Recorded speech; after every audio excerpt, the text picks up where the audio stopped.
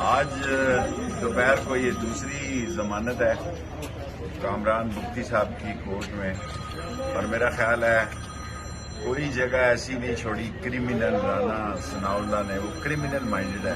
وہ سمجھتا ہے جس طرح اس کا کردار سارا مشکوک رہا ہے ساری زندگی، ہم بھی شاید اسی طرح مختلف جگہ پہ ہمیں وہ ملوث کر رہا ہے. اور شہباز شریف کہہ رہا ہے کہ گرینڈ لائنز کرو. 13 پارٹیاں آپ پہلے ہیں، گرینڈ کس کے ساتھ کر رہے ہیں تم نے؟